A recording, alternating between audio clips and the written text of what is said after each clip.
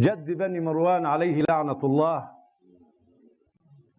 كان يمشي مشية يستهزئ فيها بمشية النبي.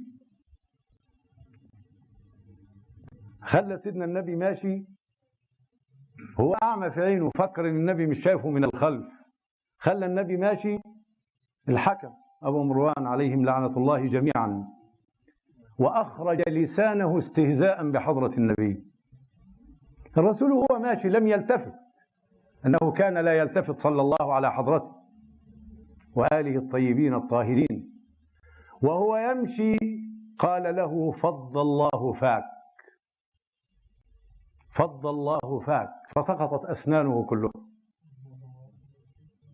مرة مشي برضه كده يتهزهز كده على أنه بيستهزئ بمشية النبي، قال له النبي كن كذلك،